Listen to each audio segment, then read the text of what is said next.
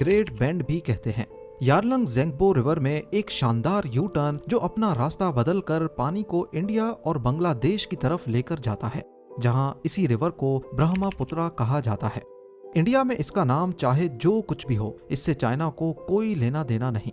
China की नज़र तो कई सालों से इसी यू टर्न पर है, जो कि कोई मामूली यू टर्न नहीं, बल्कि ये आने वाले सालों में शायद इस रीजन में नई जंगें भी पैदा करवा सकता है। नाजरीन, यारलंग ज़ेंगबो रिवर का ये हिस्सा हिमालयाज के ऊंचे तरीन पहाड़ों से लिपटा हुआ है, जिसको यारलंग ज़ेंगबो ग्रैंड कैनियन भी कहते हैं। लंबाई में ये वादी 505 किलोमीटर तक फैली हुई है, जो एरिजोना के द ग्रैंड कैनियन से 50 किलोमीटर बड़ी और 3 गुना गहरी है। कैनियन दरअसल किसी भी वादी को कहते हैं जिसके बीच से पानी गुजर रहा हो। इस वादी का फायदा उठाते हुए चाइना ने यहाँ पर दुनिया का सबसे ताकतवर डैम बनाने का फैसला किया है, ठीक इस जगह पर जो दुनिया की सबसे रिमोट लोकेशन है। इस यू टर्न पर पिछले 20 सालों से चाइना की नजर है और इसकी खास बात इसकी ढलान यानी स्लोप है। ठीक इस जगह से देखा जाए तो दरिया 7000 मीटर ऊंचे पहाड़ के साथ साथ होता हुआ एक यू टर्न बनाकर पहाड़ की दूसरी साइड से वापस आता है। मजे की बात यह है कि ठीक इस लोकेशन पर दरिया की ऊंचाई 2870 मीटर है, लेकिन यू टर्न करने के बाद ठीक इस जगह पर दरिया की ऊंचाई सिर्फ 870 मीटर रह जाती है। ये करीब 2000 मीटर की स्लोप बनती है, यानी पहाड़ के वेस्ट में वही दरिया जो 2870 मीटर ऊपर बह रहा था, वही दरिया सिर्फ थोड़ा सा फासला तय करने के बाद 2000 मीटर नीचे आ जाता है। चाइनीज एक्सपर्ट्स ने यहाँ डैम बनाने के कई प्रपोजल्स दे रखे हैं, जिसमें से एक है इस 7000 मीटर ऊंचे पहाड़ के बीच टनल खोदकर हाइड्रो पावर स्टेशन बनाना। अब क्योंकि पहाड़ के वेस्ट में बहने वाला दरिया 2870 मीटर की ऊंचाई पर है, तो अगर यहाँ से इसका रास्ता बंद करके पहाड़ के अंदर टनल खोदा जाए और दरिया के पानी को सीधा पहाड़ के ईस्ट में बहने वाले दरिया में गिराया जाए, तो ये प्रोजेक्ट एक अंदाजे के मुताबिक 60 गीगावाट इलेक्ट्रिसिटी आसानी से जनरेट कर पाएगा। ये दुनिया के सबसे बड़े 3 गॉर्जस डैम से जनरेट होने वाली बिजली से भी 3 टाइम्स ज्यादा है। इस प्रोजेक्ट को मोटवो हाइड्रो पावर स्टेशन का नाम दिया गया है, जिसके टनल की लंबाई करीब 40 से 50 किलोमीटर लंबी होगी, जिसके बीच में एक दो नहीं बल्कि मल्टीपल टरबाइन्स लगाई जा सकेंगी। जहां कन्वेंशनल डैम्स में पानी को स्टोर किया जाता है, वहीं यहाँ पर डैम बनाने के लिए ज्यादा मेहनत भी नहीं करनी पड़ेगी, क्योंकि दो तरफ से तो ऊंचे पहाड़ हैं जो डैम की नेचुरल दीवार के तौर पे काम करेंगे, जबकि इस लोकेशन पर एक दीवार खड़ी करके पानी को रोका जा सकता है। अब अगर यही दीवार पर टरबाइन लगाकर पानी को परली साइड पे गिराया गया, तो सिर्फ ये 200 मीटर ही नीचे गिरेगा, जिससे कम फोर्स जनरेट होगी और अल्टीमेटली कम बिजली बनेगी। लिहाजा दीवार के पास से 40 या 50 किलोमीटर का टनल खोदकर उसको 2000 मीटर नीचे इस लोकेशन पे गिराया जाएगा। अब आप सोचें कि जहां 3 गॉर्जस डैम की दीवार 180 मीटर्स ऊंची है और वो अभी तक का सबसे ज्यादा बिजली जनरेट करने वाला डैम है, तो यहाँ तो पानी 2000 मीटर तक नीचे जाएगा। पर जहां इसके फायदे हैं, वहीं ढेर सारे नुकसानात भी। एक्सपर्ट्स का मानना है कि चाइना को ये प्रोजेक्ट बनाने में काफी मुश्किलें पेश आ सकती हैं। सबसे पहले तो ये जगह तिब्बत की रिमोट लोकेशन पे है, जहां अभी तक कोई प्रॉपर रोड नेटवर्क नहीं है। इस डैम को बनाने के लिए मशीन कैसे पहुंचाई जाएंगी, जिसमें क्रेन्स वगैरह का पहुंचना तो शायद इतना बड़ा मसला ना हो, लेकिन 6000 टन वजनी और 150 मीटर लंबी टनल बोरिंग मशीन को इस ऊंचे पहाड़ों के बीच पहुंचाना इंजीनियर्स के लिए काफी मुश्किल टास्क हो सकता है। याद रहे कि जितना बड़ा टनल यहाँ बोर किया जाएगा, उतना ही फ्रांस और यूके को आपस में जोड़ने के लिए भी बोर किया गया था, जिसको चैनल टनल कहा जाता है। उसमें टोटल 6 साल का वक्त और 6 बिलियन पाउंड से ज्यादा का खर्चा आया था, वो भी 1988 में। यानी आज के एस्टिमेट्स के मुताबिक अगर चाइना ये दुनिया का सबसे बड़ा हाइड्रो पावर स्टेशन बनाता है, तो इसमें सिर्फ टनल खोदने में ही 30 से 40 बिलियन डॉलर्स का खर्चा आ सकता है। जी हाँ, 3400 अरब रुपए, जिसमें टरबाइन्स का खर्चा शामिल नहीं है। और क्योंकि इस टनल से हजारों क्यूबिक मीटर पानी गुजरेगा, तो जाहिर है इसको मजबूत बनाने के लिए टनल की दीवारों को कंक्रीट और स्टील के मोल्ड से ढका भी जाएगा।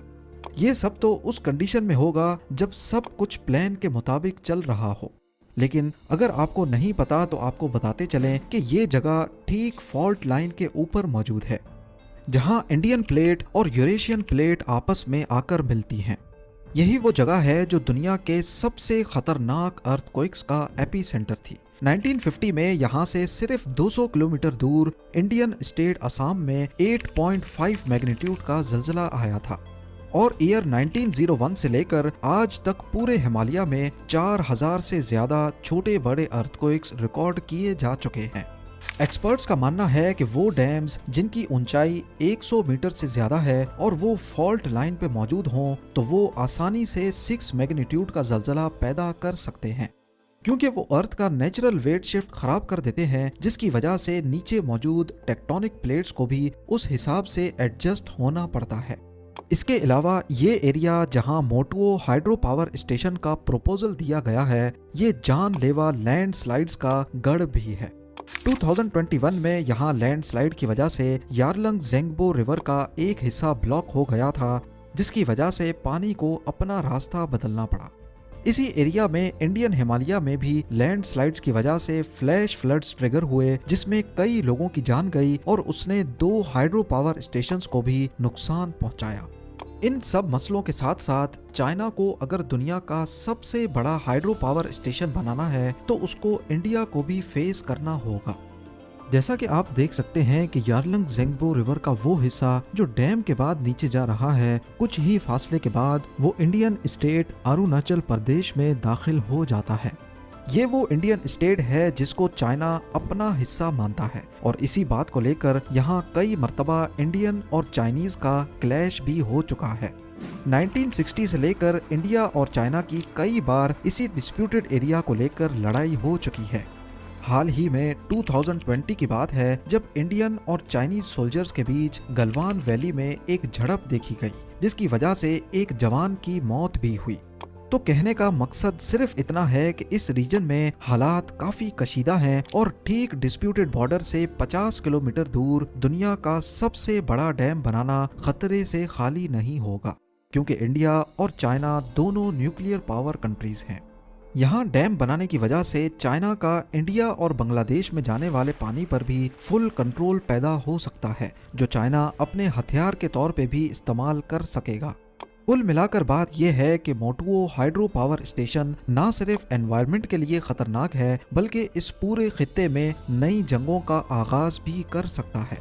तो फिर चाइना के लिए ये इतना ज्यादा जरूरी ही क्यों है? देखा जाए तो आबादी के लिहाज से चाइना दुनिया का दूसरा बड़ा मुल्क है, लेकिन इलेक्ट्रिसिटी की कंजम्पशन में इसका पहला नंबर है। इंडिया, जिसकी पॉपुलेशन चाइना से भी ज्यादा है, यहाँ सालाना बिजली की खपत 14 लाख गीगावाट्स है, जबकि चाइना की 78 लाख गीगावाट्स। इसकी मेन वजह चाइना में पाई जाने वाली फैक्ट्रीज हैं, यानी ये चाइना की बढ़ती हुई इकोनॉमी की रीढ़ की हड्डी है, जिसे चाइना किसी भी सूरत कम नहीं कर सकता।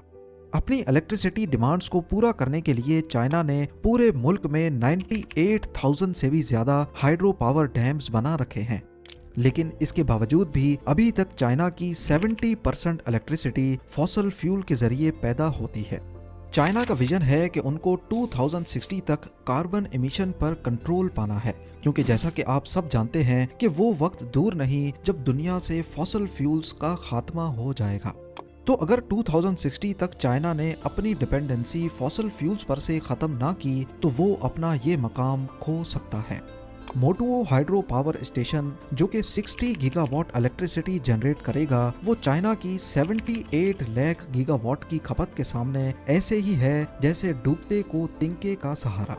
एक्सपर्ट्स का ख्याल है कि अगर चाइना को फॉसल फ्यूल पर से डिपेंडेंसी खत्म करनी है तो उनको डैम्स के साथ साथ दूसरे ग्रीन एनर्जी के सोर्सेज पर भी काम करना होगा, तब जाकर वो अपनी डिमांड्स को पूरा कर पाएगा।